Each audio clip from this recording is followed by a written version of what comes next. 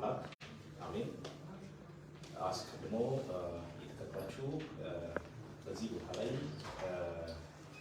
አዲሶቹ ተሿሚዎቹ ሊቃነ ጳጳሳትና ሿሚዎቹ ሊቃነ ጳጳሳቱን በመወከል በምንሰጠው መግለጫ ላይ ስለተገኛችሁ ከልብ እናመሰግናለን። እንግዲህ እኔ ኃይለ ሚካኤል ታደሰ እባላለሁ። የአዲሶቹ ተሿሚዎች ኤጲስቆጶሳትና ሊቃነ ጳጳሳት አላቀባይ። እንግዲህ በመጀመሪያ ሀሳባችንን የምንገልጸው በትናንትናው ዕለት ሲኖዶሱ በተሾሙ ኤጲስቆጶሳትና በሿሚዎቻቸው ሊቃነ ጳጳሳት ላይ የሰጠው ውሳኔ ወይም ያስተላለፈው መግለጫ አለ። ያን መግለጫ በሚሰጥበት ጊዜ ሲኖዶሱ ከቤተክርስቲያን የሥርዓት ወይም የቀኖና መጻሕፍት ያጣቀሳቸው የተለያዩ ድንጋጌዎች አሉ። እነዛ ድንጋጌዎች እንዴት ይታያሉ የሚለውን ካየን በኋላ ለውሳኔው እንደ መነሻነት ያገለገሉ ፍሬ ነገሮችና ሲኖዶሱ የደረሰባቸው ድምዳሜዎችን እንዴት እንመለከታለን የሚለውን ወደ መመልከት እንሸጋገራለን። በመጀመሪያ እንግዲህ ከሥርዓትና ከቀኖና መጻሕፍት ወይም ከቤተ ክርስቲያን አንጻር የተደረሰባቸውን ድምዳሜዎች እንመለከታለን። በመጀመሪያ የተጠቀሰው ሲመቱ ወይም ደግሞ ሹመቱ ከቀኖና የወጣ ለመሆኑ በሶስተኛው ቀለሜንጦስ የተጠቀሰው ያለ ፈቃድ በየአውራጃው ያሉ ኤጲስቆጶሳት ምንም እንዳይሰሩና አንድ ልብ አሳቢና እንደ አንድ ቃል ተናጋሪ ሆነው እንዲኖሩ የሚደነግገው ነው። እንግዲህ በዚህ መሰረት ነው የሚለው የሲኖዶሱ ውሳኔ ያለ ቅዱስ ሲኖዶሱ ፈቃድና እውቅና የኤጲስቆጶሳቱ መሾማቸው አሁን ከጠቀስኩት የሶስተኛው ቀለሜንጦስ ድንጋጌ ጋር ይቃረናል የሚል ነገር ነው እያነሳው ያለው። ይሁን እንጂ አሁን የተሾመው ሹመት በሊቃነ ጳጳሳት እውቅናና ፈቃድ የተደረገ ነው። እነዚህ ሊቃነ ጳጳሳት ደግሞ በራሱ በሲኖዶሱ የተሾሙ ሁሩ ወመሃሩ ተብሎ ስልጣን የተሰጣቸው በአንብሮተ እድ ደግሞ እነሱን ጭምር እንዲተኩ ስልጣን የተሰጣቸው አባቶች ናቸው። ስለዚህ ያለ ፈቃድ የተደረገ ነገር የለም። ይልቁንም ቤተክርስቲያን አንድ ጊዜ ስትሾማቸው በሰጠቻቸው ፈቃድ ላይ በመመስረት እነዚህን ኤጲስቆጶሳት መሾማቸው ተገለወጥና ሌላ ትእዛዝም እንደሚታዘዝ ይደነግጋል። በዚህ መሰረት እነዚህ ሊቃነ ጳጳሳት የሾሟቸው ሹመት መሻር አለበት የሚል አቋም ነው የያዙት። የማይገባ ስራ የትኛው ነው? በሁሉም ቋንቋ ማስተማር የሚችሉ እንደውም በሐዋርያዊ ተልእኮ ውስጥ የሚገባ ስራ ነው። ቤተክርስቲያንና የቤተክርስቲያን አባቶች በተለይም ደግሞ መንጋውን ጠብቁ፣ በጎችን ጠብቁ፣ ግልገሎችን ጠብቁ ስላለባቸው የማይገባ ስራ ሰርቷል የሚያስብለን የአሁኑ ድንጋጌ የሚያሟላ ድርጊት የለም። ሶስተኛው እንደወሰዱት ተደርጎ የተሰጠ ውሳኔ አለ። በፍጹም ለራሳቸው የወሰዱት ክብር የለም። እነዚህ ሊቃነ ጳጳሳት ሲኖዶሱም አልካደም በሲኖዶሱ ለመሾማቸው። ስለዚህ የማይገባቸውን ክብር አልወሰዱም። እንደገና ደግሞ በፍትሐ ነገሥቱ ላይ በግልጽ በተደነገገው መሰረት ሶስት ሊቃነ ጳጳሳት ሶስት ከሌለ ራሱ ሁለት ሊቃነ ጳጳሳት ኤጲስቆጶሳትን መሾም እንደሚችሉ በግልጽ ደንግጓል። ስለዚህ የሌላቸውን ክብር አልፈለጉም፣ የሌላቸውን ስልጣን አልተጠቀሙም። ባላቸው ስልጣንና ሲኖዶሱ በትክክልም በሰጣቸው ክብር በመጠቀም ነው ይህንን ሹመት ያከናወኑት። በመሆኑም ከዚህ የመጽሐፍ ቅዱስ ጥቅስ አንጻርም ስህተት ነው የተባለው ድርጊት ውሃ የሚቋጥር አይደለም። አራተኛው ነጥብ በሶስተኛ ቀለሜንጦስ ላይ ኤጲስቆጶስ የሀገሩ ሰዎች ፈቅደውለት እንዲሁም የሀገሩ ጳጳስ ፈቅዶለት እንደሚሾም ተደንግጓል። በዚህም ጉዳይ የሀገሩ ሰዎች የፈቀዱላቸው አባቶች ናቸው የተሾሙት። በሚገርማችሁ ሁኔታ አሁን የተሾሙ አባቶች ከኢትዮጵያ ብሔር ብሔረሰቦች እውቅና ያላቸው ናቸው። የኢትዮጵያን ሕዝብ ቋንቋ መናገር የሚችሉ ናቸው። በብዙ ቋንቋ በብዙ ልሳን ማስተማር ማገልገል የሚችሉ ናቸው። ስለዚህ ከሕዝብ ውስጥ የወጡ ናቸው። ከህዝቡ እቅፍ የወጡ በህዝቡ መካከል የነበሩ ህዝቡን ሲያገለግሉ የነበሩ ናቸው። ስለዚህ ቋንቋውን የሚናገር ህዝብ በትክክል ፈቅዶላቸዋል ማለት እንችላለን። ከዚህም ባሻገር ለቅዱስ ሲኖዶሱ በተደጋጋሚ ህዝብ ጳጳስ እንዲሾም በተደጋጋሚ ጥያቄ ቢያቀርብም ቅዱስ ሲኖዶሱ የሁሉም ቋንቋ የሚናገሩ አካላትን ለመሾም ምንም አይነት እርምጃ አልወሰደም። ስለዚህ ህዝቡ ጳጳስ ይሾምልኝ ብሎ በሚጠይቅበት ሰዓት ፈቃደኝነቱን አሳይቷል። ከዚህም ባሻገር እነዚህ ጳጳሳት ወይም ኤጲስቆጶሳት በሚሾሙበት ጊዜ ህዝቡ ሙሉ በሙሉ በተለያዩ መንገዶች በሚዲያ መደበኛም በሆነ መልኩ ድጋፉንና ደስታውን ሲገልጽ ነበረ። ከዚህም በኋላ በተጨባጭ የምናየው በእውነት በትክክል የምናዳምጠው ከሆነ የህዝቡ ፈቃድ በእነዚህ ኤጲስቆጶሳት ሹመት ውስጥ እንዳለ ነው። እንግዲህ ሌላ የጳጳሱ ፈቃድ ያስፈልጋል የሚል ነገር ነው። ጳጳስ አይደለም ሶስት ሊቃነ ጳጳሶች ፈቅደዋል። አንድ ጳጳስ አይደለም። በሚገርማችሁ ሁኔታ ማለት ነው ሶስቱ ሊቃነ ጳጳሳት ፈቃደኛ ሆነው እነዚህ ኤጲስቆጶሳት እንዲሾሙ በደነገጉበት ሁኔታ የጳጳሱ ፈቃድ አልተገኘም፣ የህዝቡ ፈቃድ አልተገኘም የሚያስብለን ነገር የለም። ወይስ የትኛው ህዝብ ነበር መፍቀድ የነበረበት? የትኛው ማህበረሰብ መምጣት ነበረበት? ህዝብ ካልን ቋንቋውን የሚናገሩለት በእርሱ አብራክ የነበሩ ብዙ አካላት ይሄን ሹመት እየደገፉ ከሆነ ሌላ ህዝብ የምንፈልግበት አግባብ አልታየኝም። ሌላ አሁንም ከሶስተኛው ቀለሜንጦስ ቢገኙ 3 ባይገኙ 2 ሆነው ሹመቱን ያከናውኑ የሚል ድንጋጌ ተጠቅሷል። ይሄ ድንጋጌ እንደውም የኛን ሹመት የሚደግፍ ነው እንጂ ከኛ ድርጊት ጋር የሚቃረን አይደለም። የኛን ሹመት ስል የብፁዓን ሊቃነ ጳጳሳትን ሹመት የሚደግፍ ነው ለማለት ፈልጌ ነው። ስለዚህ ይሄን የሚደግፍ ከሆነ የነዚህ አባቶች ሹመት ምንድነው ታዲያ ይሄን ድንጋጌ በዚህ ቦታ ላይ ማንሳት ያስፈልገበት ምክንያት? 2 ብቻ አይደለም እኮ 3 ሊቃነ ጳጳሳት ተሞልቷል። 3ቱ ሊቃነ ጳጳሳት ደግሞ ኤጲስቆጶሳትን ፍትሐ ነገሥቱ ላይ በተደነገገው መሰረት ሹሟል። ሌላኛው 318ቱ ሊቃውንት በኒቂያ በጻፉት ቀኖናም በተመሳሳይ ለኤጲስቆጶስነት ሹመት የሀገሩ ሰዎችና ሊቀ ጳጳሳት ሊፈቅዱለት ይገባል ይላል። ፈቅደውለታል እኮ ነው እያልን ያለ ነው። ከየትኛውም ክልል ያለ ነዋሪ የእነዚህም ጳጳሳት ሹመት በተጨባጭ ሲፈልግ ነበር። እንደ ውሃ በጣም ረዥም ዘመናት ተጠምቶ ነበረ አይደል? የቤተክርስቲያኒቱን እምነት የሚከተሉ ከቤተክርስቲያኒቱ እምነት ውጪ ያሉ እንኳን ይህን ሹመት ሲናፍቁ ነበር። እንዲያውም ወደዚህ ቤተክርስቲያን ለመምጣት የሚናፍቁና የሚጓጉ አካላት ጭምር የሚፈልጉት ነው። ስለዚህ ያለ እምነት ልዩነት ሁሉም ብሔር ብሔረሰቦች በዚች ሀገር ላይ ይሄንን ሹመት ይደግፉታል። ስለዚህ እኔ የትኛውን ህዝብ ልናመጣ እንደፈለግን አይገባኝም፣ ወይም ደግሞ ምን አይነት ህዝብ እየፈለግን እንደሆነ አይገባኝም። ህዝብ ማለት የተለያየ ቋንቋ የሚናገር የተለያየ ባህል ያለው በዚህ ሀገር በኢትዮጵያ ያለ ከሆነ የኢትዮጵያ ህዝብ አሁን በምላችሁ ልክ ፈቃደኝነቱ አለው። የሊቀ ጳጳስ ፈቃድ ከሆነ ደግሞ አንድ ሊቀ ጳጳስ አይደለም 3 ሊቃነ ጳጳሳት ፈቅደዋል በሚለው እንዲያዝልን እንፈልጋለሁ።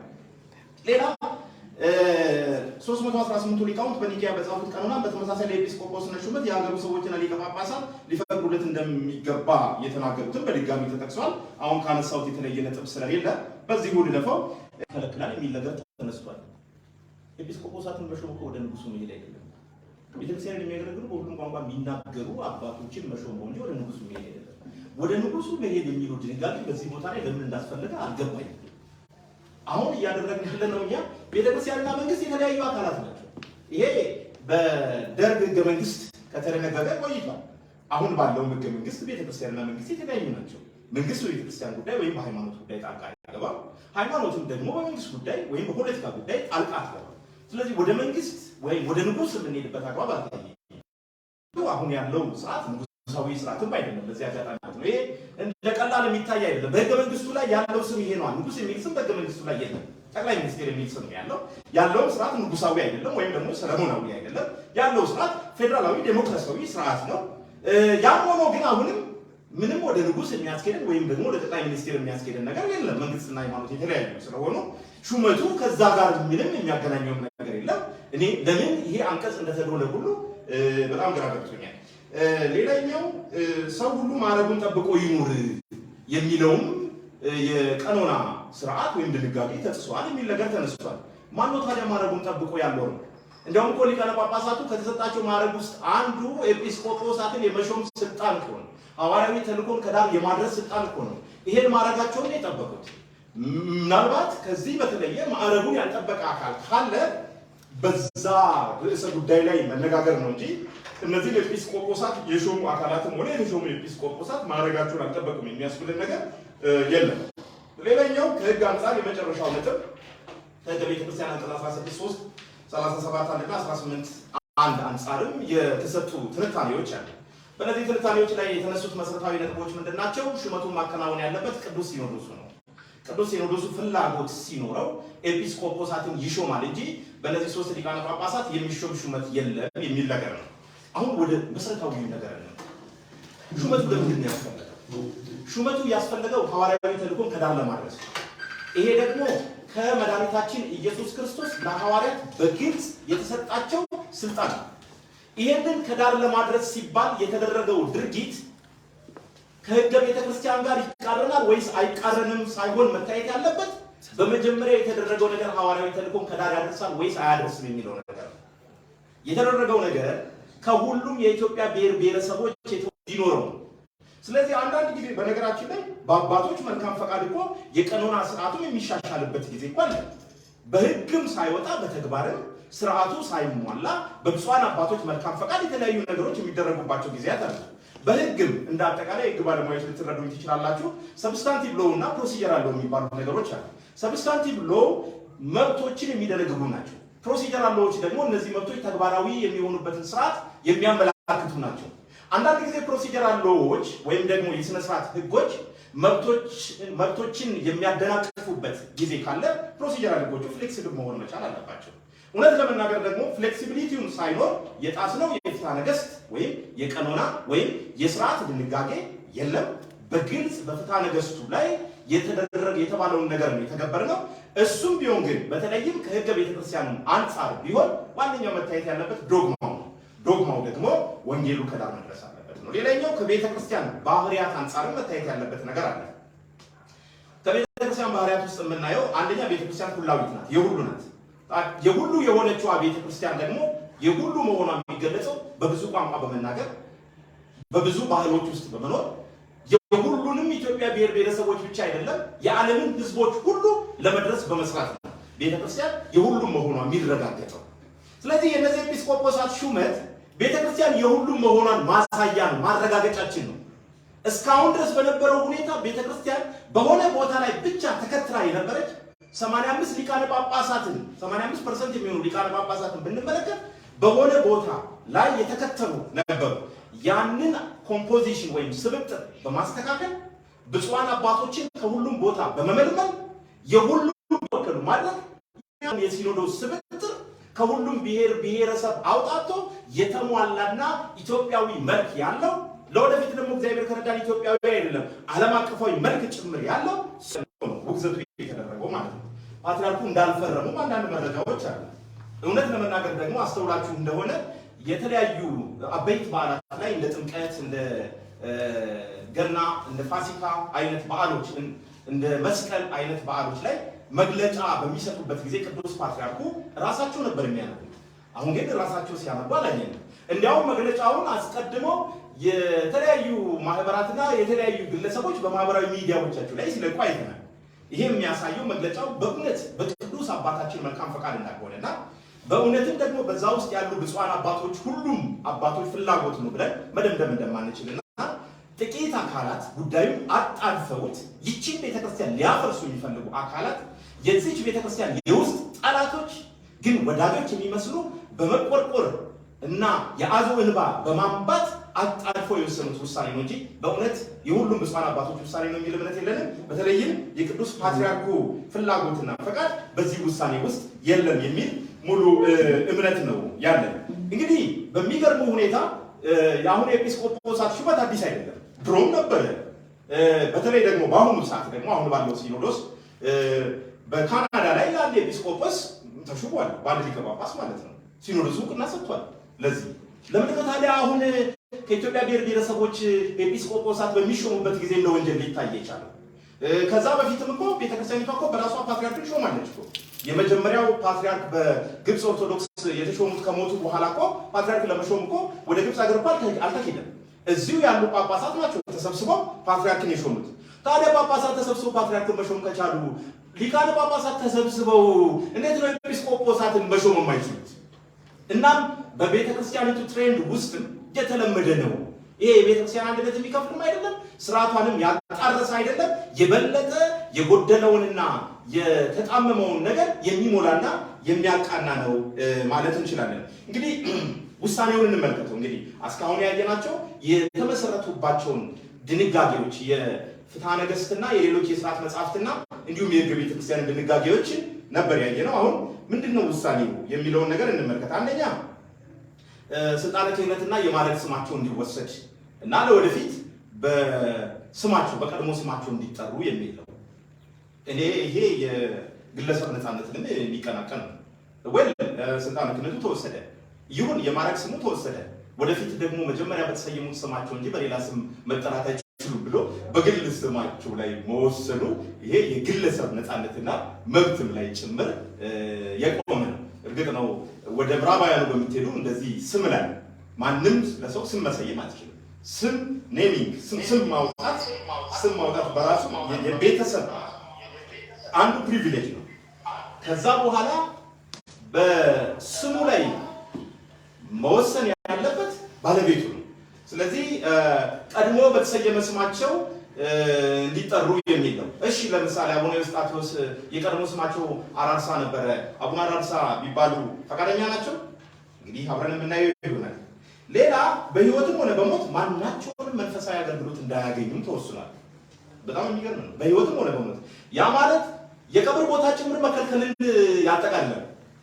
ይሄ ግልጽ የሆነ የመሬት ቅርምት ነው የሚመስለው። ይሄ ግልጽ የሆነ የመሬት ወረራ ነው የሚመስለው። ይሄን መግለጫ የሰጠ የርስት አስመላሽ ኮሚቴ ቢሆን ኖሮ ብዙም አይገርመንም። ወይም ደግሞ ሌላ የፖለቲካ ፍላጎት ያለው አካል ቢሆን ኖሮ ብዙም አይገርመንም። ነገር ግን በቤተ ክርስቲያን ለዛውም እነዚህ ሰዎች በተወለዱበት ሀገር ባደጉበት መንደር የቀብር ቦታ አታገኙም ሲባሉ ለአንድ ተራ ምዕመን እንኳን የተፈቀደው መሬት በዚህ መልኩ መከልከል ፍትሃዊ ውሳኔ አይደለም እና ሌላኛው ሀገረ ስብከታ በየሀገረ ስብከታቸውና በምድብ ቦታቸው ሌላ አባት እንዲመደብ ነው የተደረገው። በየሀገረ ስብከታቸውና በምድብ ቦታቸው ማለት ነው። ይህም ምንድን ነው የሚመስለው? የመሬት ቅርምት ወይም ደግሞ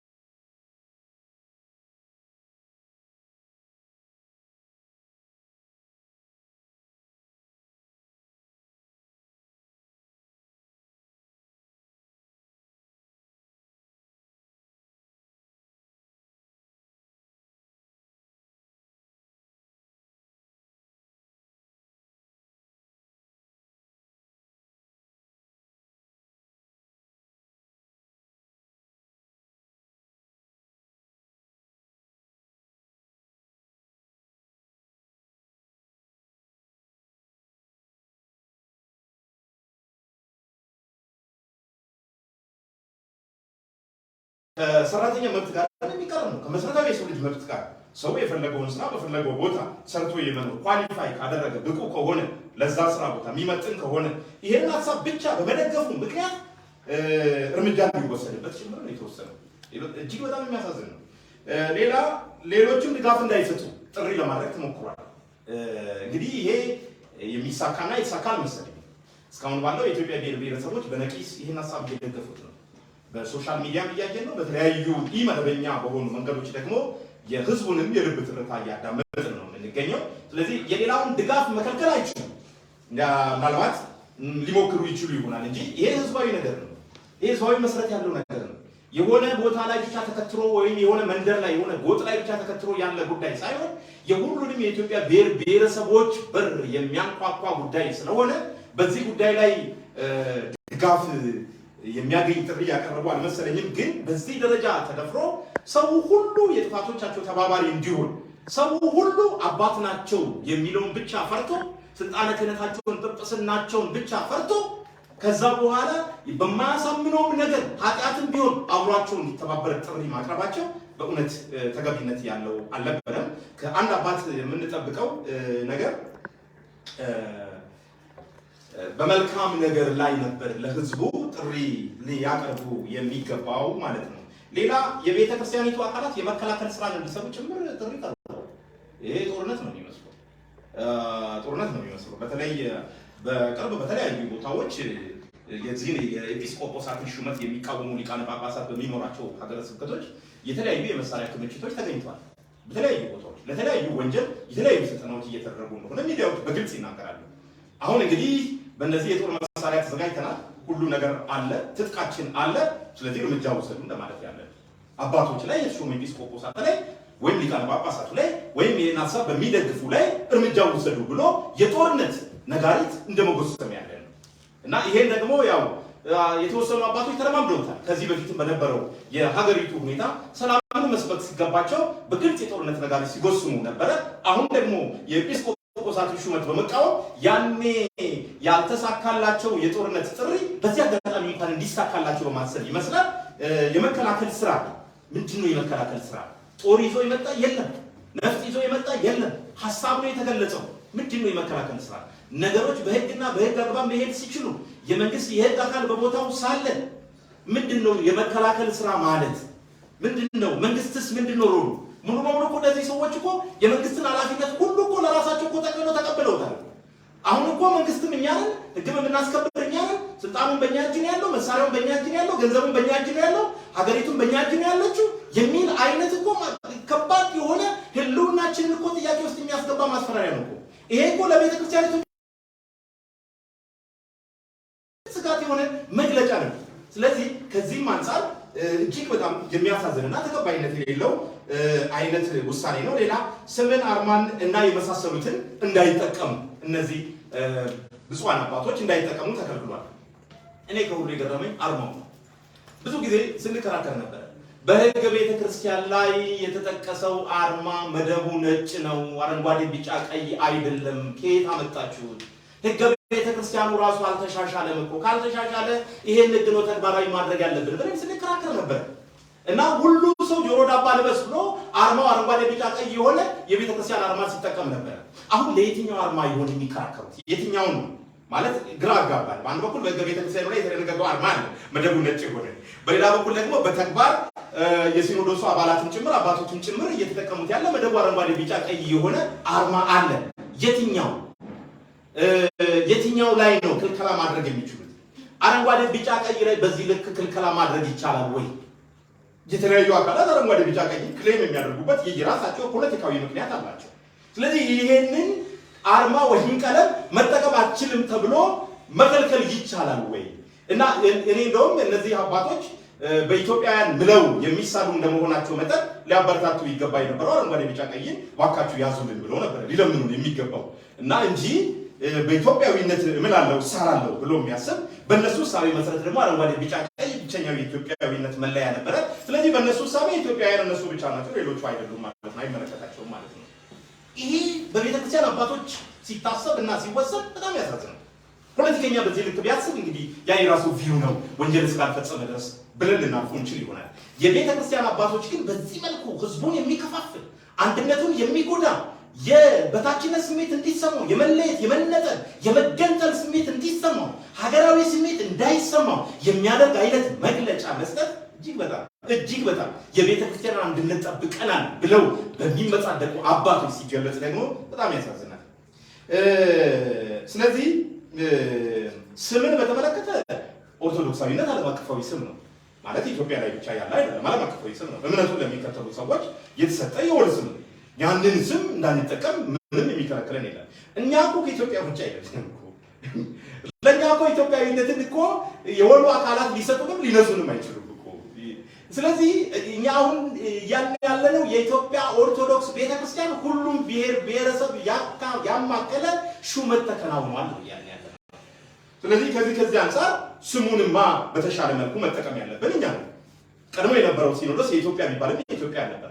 የተወሰኑ ጎጦችና የተወሰኑ መንደር ሰዎች ብቻ የተሰበሰቡበት ነው። ስለዚህ በዛ ጎጥና መንደር ኢትዮጵያዊነትን መበየን ማለት ኢትዮጵያዊነትን ማጥበብ ማሳነስ ነው። ስለዚህ አሁን ያለው ደግሞ ሹመት ይሄንን አስፍቶ ሁሉንም ብሔር ብሔረሰብ አማክሎ የሁሉንም ቋንቋ ተናጋሪ ታሳቢ ያደረገ ሹመት ስለሆነ በተሻለ መልኩ ኢትዮጵያ የሚለውን ስም ለመጠቀም የሞራል ብቃት ሊኖረው የሚችለው ቡድን ወይም ስብስብ ወይም ጳጳሳት ወይም ኤጲስቆጶሳት አሁን የተሾሙና ሹመቱን ያከናወኑ አካላት ናቸው ማለት ይቻላል። ሌላ ዝርዝር ጥናትና የመፍትሄ ሀሳብ እንዲቀርብ የሚልም ተነስቷል። ውሳኔ ኦልሬዲ ተወስኗል። በዚህ ችግር ላይ ነው ዝርዝር ጥናት እንዲቀርብ እየተባለ ያለው። አሁን በተደረገው ሹመት ነው ውሳኔው እኮ ኦልሬዲ ተላልፏል እኮ። ምንድነው የሚጠናው? ምንድነው የመፍትሄ ሀሳብ? ውሳኔ ከተወሰነ በኋላ ይሄ የሚያስረዳው ሲኖዶሱ በሙሉ ልቡ ለመወሰን አይፈለግም። የተወሰኑ አካላት ግፊት አለበት። የተወሰኑ አካላት ገፋፍተውት ያለ ፍላጎቱ የተደረገ አይነት ውሳኔ ነው ማለት እንችላለን። ቀድመን በተናገርነው መሰረት የተለያዩ አካላት ግፊት፣ የተለያዩ ማህበራት፣ የተለያዩ ግለሰቦች ግፊት ያለበት አይነት ውሳኔ ማለት ይሄ በግልጽ የሚያሳይ ነው።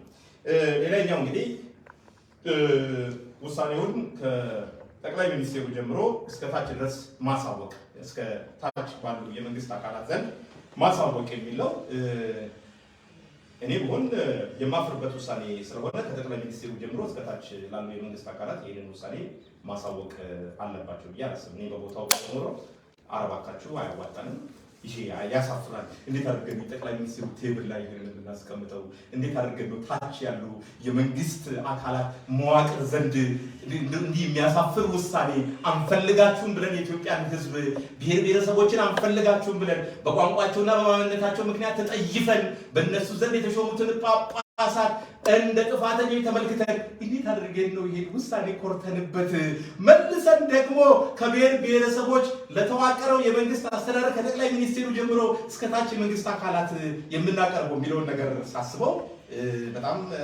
ያስጨንቀኛል እና እኔ ብሆን በዚህ ደረጃ ይታወቅ ብዬ ውሳኔውን አላሳወቅም።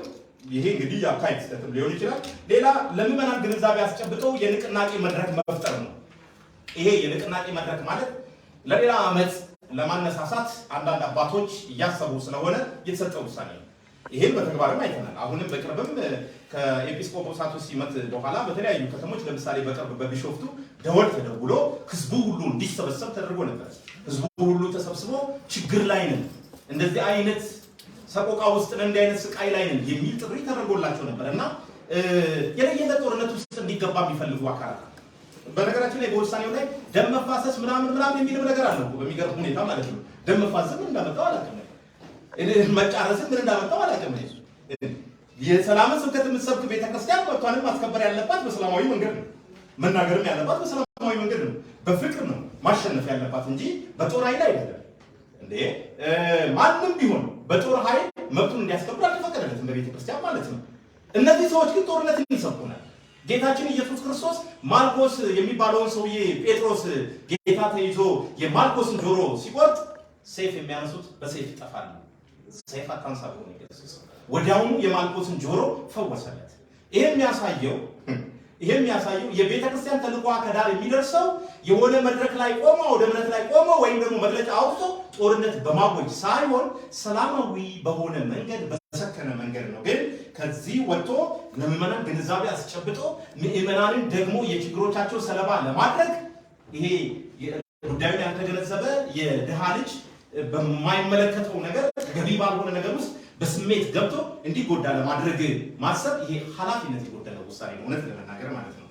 ሌላ ማናቸውንም ግንኙነት ከአያት አብያተ ክርስቲያናት ጋር እንዳያደርጉ የሚል ነገርም ተወስኗል። እኔ ከአያት አብያተ ክርስቲያናት አንጻር የገረመኝ ከግብፅ አንጻር የተነሱ ነገሮች ናቸው። እኔ በብዙ የቤተ ክርስቲያን አባቶች ግብፅ እንደ ጠላት ስትፈረጅ ይሰማል። የራሳችን መንበር እንዳይኖረን አድርጋለች። በፍትሐ ነገሥቱ ውስጥ ኢትዮጵያውያን ከራሳቸው ጳጳሳት ሊኖራቸው አይገባም የሚለውን ስርዓት ያስገባች ናት። እንዲህ አድርጋላለች ተብላ ስትከሰስ ነው ማለት ነው። እውነት ለመናገር ደግሞ በዛጉዌ ዳይናስቲ ዘመንም ደግሞ የዛጉዌ ዳይናስቲ የመጨረሻው ንጉስ የአካባቢውን ቋንቋ የሚናገሩ ጳጳሳት ሹሙልን፣ እነዚህ ጳጳሳት ካልሾማችሁልን አባይን እንገድባለን ብሎ ሁሉ ሲያስፈራራቸው ነበር በታሪክ ማለት ነው። አሁን ግን ኢትዮጵያውያን የኢትዮጵያ ቤተክርስቲያን ልጆች ከቤተክርስቲያኖቹ የተሾሙ ሊቃነ ጳጳሳትና ኤጲስቆጶሳት የሲኖዶሱ ጠላት ሆነው ባህር ማዶ ያሉ ግብፃውያን ደግሞ የሲኖዶሱ ወዳጅ የሚሆኑበት አቋም በጣም ይገርማል። ከጎናቸው ያለውን ወንድማቸውን ሳይወዱ ግብፃውያን ወንድሞቻቸውን እንወዳለን ማለት ይሄ ዘበት ነው፣ የማይመስል መመጻደቅም ነው፣ የማይመስል ነገር ነውና የፈሪሳዊ አይነት አነጋገር ነው። እና እንደው ምን አስታወሰኝ የዚህ ንጉስ የሀገሪቱን ቋንቋ የሚችሉ ጳጳሳት ይሾሙልን ብሎ ያቀረበው ጥያቄ ይሄ ጥያቄ እስከዛሬ ይደርሳል። ድሮ ግብፅ ኢትዮጵያ ላይ ያደረገች የተባለው ነገር አሁን ደግሞ በሲኖዶሱ ውስጥ ከአንድ ጎጥ የተሰበሰቡ ሰዎች በኢትዮጵያ ብሔር ብሔረሰቦች ላይ እያከናወኑ ነው። በህዝቡ ላይ አሁን ይሄን እያከናወኑ ነው። ጳጳሳት እንዳይሾሙ እያደረጉ ነው። መምህራን እንዳይወጡ እያደረጉ ነው። አገልጋዮች እንዳይወጡ እያደረጉ ነው። አዲስ አበባ ላይ ወደ 255 ደብሮች አሉ፣ ወይም ገዳማትም ብቻ አብያተ ክርስቲያናት አሉ። ከነዚህ አብያተ ክርስቲያናት ውስጥ በሚገርማችሁ ሁኔታ የቤተ ክርስቲያን አስተዳደር ስንት መሰላችሁ? 2 ኦሮሞና 1 ጉራጌ ብቻ ነው። ከዛ ውጪ ያለው የአንድ ጎጥ ሰዎች ብቻ ናቸው። ይሄ ከአዲስ አበባ ዳታ ተነስተን የምንረዳው ነገር ነው። ምን ለማለት ፈልጌ ነው? ማናቸውንም ግንኙነት አታድርጉ ከአያት አብያተ ክርስቲያናት ጋር ከማለታቸው በፊት በእኛ ዘንድ የተፈጠረው ችግር ምንድን ነው ብሎ ማየት ይቀል ነበር። እኛን መውደድ ይቀድም ነበር። እነዚህ ኤጲስቆጶሳት መውደድ ይቀድም ነበር። እነዚህ ሊቃነ ጳጳሳት ጋር ሰላማዊ ግንኙነት መፍጠር ይቀድም ነበር። የህዝቡን ጥያቄ መፍታት ይቀድም ነበርና እንደ አጠቃላይ እንግዲህ ድርጊቱ እንዴት ነው የታሰበው? እንደ መፈንቅለ ሲኖዶስ ነው የታሰበው። ራሳቸውን እንደ መንግስት አይተዋል ማለት ነው። መፈንቅለ መንግስት ከሚለው ቃል ድራይቭ ተደርጎ የመጣ ቃል ነው። ስለዚህ እነዚህ አካላት ራሳቸው እንደ ነገስታት ተመልክቷል። እነዚህ አካላት በግልጽ ከዚህ ቀደም የነገስታቱን ስም በማንሳትና በማወደስ ያ ዘመን እንዲመጣ የሚናፍቁ ሰዎች እንደሆኑ በተለያዩ ንግግሮቻቸው ማስተዋል ይቻላል። በሚገርም ሁኔታ አሁን በጣም ብዙ ነገሮችን ለቤተ ክርስቲያን እየከፈለ ካለው የብሔር ብሔረሰብ አማኝ ይልቅ የሚታያቸው የፖለቲካ ርዕዮታቸው ስለሆነ እነሱ ይሄንን መፈንቅለ ሲኖዶስ የሚል ስያሜ ብለው ቢሰይሙት ምንም ቅር አይላቸው። አንደኛ መፈንቅለ ሲኖዶስ የሚባል ኮንሰፕቱ ጽንሰ ሐሳቡ አለ ወይ የሚለው ነገር ማየት ያስፈልጋል። ሁለተኛ ካለ እውነት ያ ነው ወይ?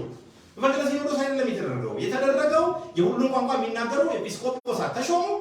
ለዚህ የቤተ ክርስቲያን እጆች በማይደርስባቸው ቦታዎች ላይ ቤተ ክርስቲያን እንድትደርስ ለሁሉም ተደራሽ የሆነ አገልግሎት እንዲሰጥ ሁኔታው የተመቻቸ ነው ማለት የሚቻለው። ሌላ ውሳኔው በተለይ ይሄ ሲመቱ የኤጲስቆጶሳቱ ሲመት የቅድስት ቤተክርስቲያን አስተዋጽኦ የዘረጋ ነው። በተለይ ለአንድነት የከፈለችውን ዋጋ የሚሉ አሉ። እውነት ለመናገር እኔ ቅድስት ቤተክርስቲያን በባህሪዋ አንዲት ስለሆነች የሰው ልጆችን አንድነት የምትናፍቅ ናት። በመሰረተ ሐሳብ ደረጃ በአስተምህሮ ደረጃ ቤተክርስቲያን በዚህ ረገድ ብትገለጽ አንዳችን እንከን የለውም። የቤተክርስቲያን መሪዎች ግን በተለይ አሁን ያሉና ይሄን ውሳኔ እየወሰኑ ያሉ የቤተክርስቲያን መሪዎች ለሀገር አንድነት ዋጋ ከፍለናል ቢሉ ይሄም በጣም ያስቃል። ምናልባት መግለጫ ላይ ስላለሁኝ ነው እንጂ ድምጼ ከፍ አድርጌ ያሳኩት በጣም የሚያስቅ። እንዴት ነው ለሀገር አንድነት ዋጋ ከፍለናል የሚሉት? የአንድ ጎጥ ሰዎችን ብቻ ሰብስበው የአንድ ቋንቋ ተናጋሪዎችን ብቻ ሰብስበው እንዴት ነው የክርስቶስን መስቀል በመስበክ ፈንታ የሆነን ቀለም ካላየን በቤተክርስቲያን ውስጥ ሞተን እንገኛለን እያሉ ህዝብ ለህዝብ እያጫረሱ እያናቆሩ ጦርነትን እየባረኩ የጦርነት ነጋሪት እየጎሰሙ ለሀገር አንድነት ዋጋ ከፍለናል? በጣም የሚገርም ነው። በምን መልኩ የቤተክርስቲያን አባቶች ከዚህ በፊት የብሔር ብሔረሰቦችን ቋንቋ እኮ መናገር ቢችሉ ኖሮ እኮ ኢትዮጵያን አንድ ማድረግ እኮ በጣም ቀላል ነበር። የቤተክርስቲያን አባቶች እኮ ከሁሉ ባህል ጋር ቢዋሃዱና ሐዋርያዊ ተልእኮ ሁሉም ጋር ቢደርስ ኖሮ እኮ ኢትዮጵያን አንድ ማድረግ እኮ ቀላል ነበር። የቤተክርስቲያን አባቶች እኮ ለረጅም ዘመን አንድ ቋንቋ ብቻ መናገራቸው ነው እንደውም ኢትዮጵያ አሁን ላለችበት ችግር እንድትዳረግ ያደረገው። አሁን ያለው ልዩነት ምንጩ የቤተክርስቲያን አባቶች ግትር አቋም ነው። በጣም ግትር አቋም ለህዝቡ ያላቸው ነገር በመጽሐፍቶች ላይ እኮ ማየት ይቻላል። ጋላ ሻንግላ ተብሎ የሰየመውን ስያሜ እንኳን እኮ ማስተካከል ያልቻሉ አባቶች ለህዝብ አንድነት ዋጋ ከፍለናል። በጣም ያስጋል። በመጽሐፍቶቻቸው ላይ በተለያዩ መንገድ የህዝብ ክብርን እያጠለጠሉ እያናናቁ የገለጹ ሰዎች ይሄ እንኳን እንዲስተካከል አንድ ስብሰባ ያልተቀመጡ አንድ አጀንዳ ያልቀረጹ ሰዎች ለህዝብ አንድነት ዋጋ ከፍለናል። ይሄ በፍጹም የማይመስል ቤተክርስቲያን ግን እውነት ነው የህዝብን አንድነት ትፈልጋለች።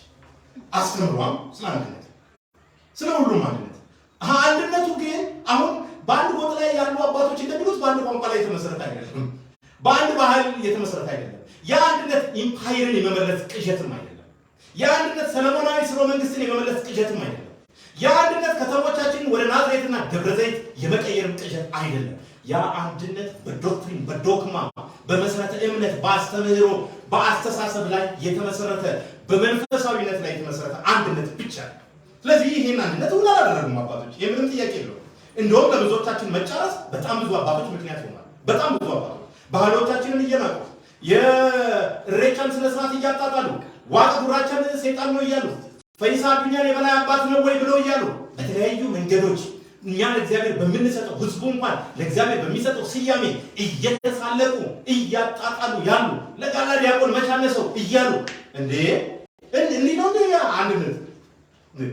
እንዴት ነው አንድነት? አንድነት እኮ የህዝቡ ማንነት ተደምጦ ባህሉ ተደምጦ ቋንቋው ተደምጦ ከህዝቡ ጋር ያለንን መስተጋብር በትክክል ማረጋገጥ ነበር መሆን የነበረበትና ይሄን ክዷል ይላሉ። ምን ይክዳል? የለም እንጂ የለም። ለአንድነት አባቶች በተለይ አሁን ደግሞ ይሄን ውሳኔ የወሰኑ አባቶች የከፈሉት ዋጋ የለም። ሌላ ለፍትህ ለህዝብ ትስስር የሚሉ ነገሮች አሉ። ብዙ ይፍታዊ ነገሮች በነገራችን ላይ በቤተ ክህነት ይከናወናሉ።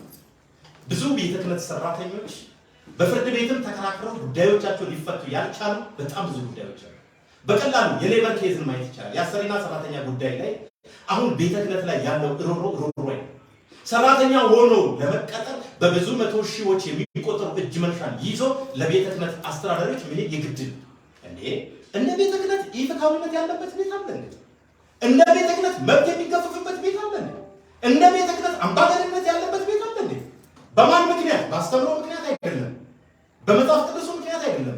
በእነዚህ አሁን በምላችሁ ግትር አባቶች ቤተ መቅደሱ የንግድ ማዕከል እንዲሆኑ በሚፈልጉ አባቶች ቤተ ክርስቲያኑ የፖለቲካ አገልግሎት ማዕከል ብቻ እንዲሆን በሚፈልጉ አካላት በጣም ብዙ ኢፍትሃዊ ድርጊቶች በህዝብም ላይ በግለሰቦችም ላይ በአባቶችም ላይ ሲደረጉ በተጨባጭ እያየን ነው። ይሄ ፀሐይ የሞቀው ነው። እኛ ማስረጃ ማቅረብ አይገባንም።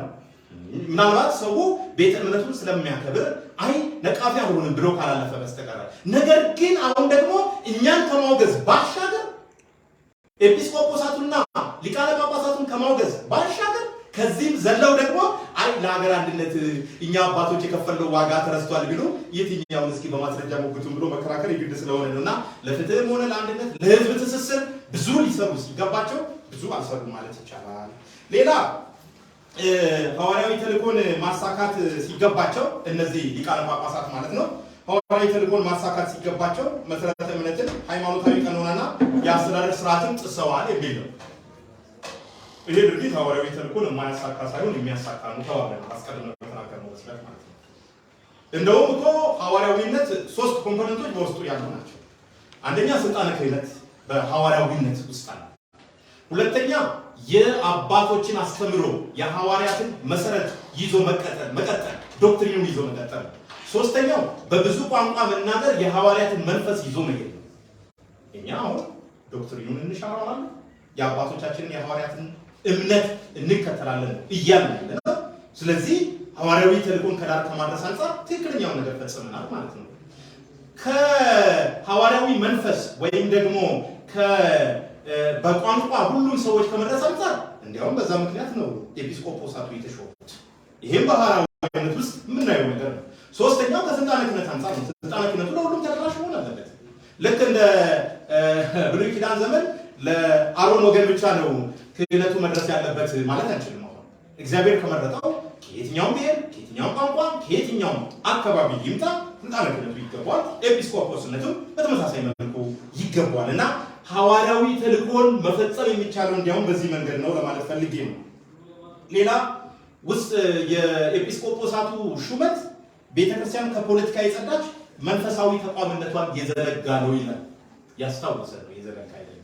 መንፈሳዊ ተቋም መሆኗን ያስታወሰ እንጂ ከፖለቲካ የጸዳች የሚለው ከውሳኔው በላይ ከዚህ ሲኖዶስ ውሳኔ በላይ ከፖለቲካ የቤተክርስቲያን አባቶች ውሳኔ የሚወስኑ አካላት አለመጽዳታቸውን የሚያረጋግጥልን ነገር የለም። ስለዚህ ከዚህ አንፃር የተሰጡ ውሳኔዎች ተገቢነት የሌላቸው በየትኛው የወንጌል አስተምሮ በየትኛው የመጽሐፍ ቅዱሳዊ እይታ በየትኛው የቤተክርስቲያኒቱ ቀኖናና የሥርዓት መጽሐፍ ዘንድ ድጋፍ የሌለው ታሪካዊ የሆነ ስህተት ቤተክርስቲያኒቷን ለማፍረስ የቋመጡ አካላት እጅ ገብቶበት ቤተክርስቲያኒቱ በሁሉም ቋንቋ የሚናገሩትን እንደሚመጣ በጥብቅ አምናለሁ። እግዚአብሔር አምላካችን አገልግሎታችንን ይባርክልን።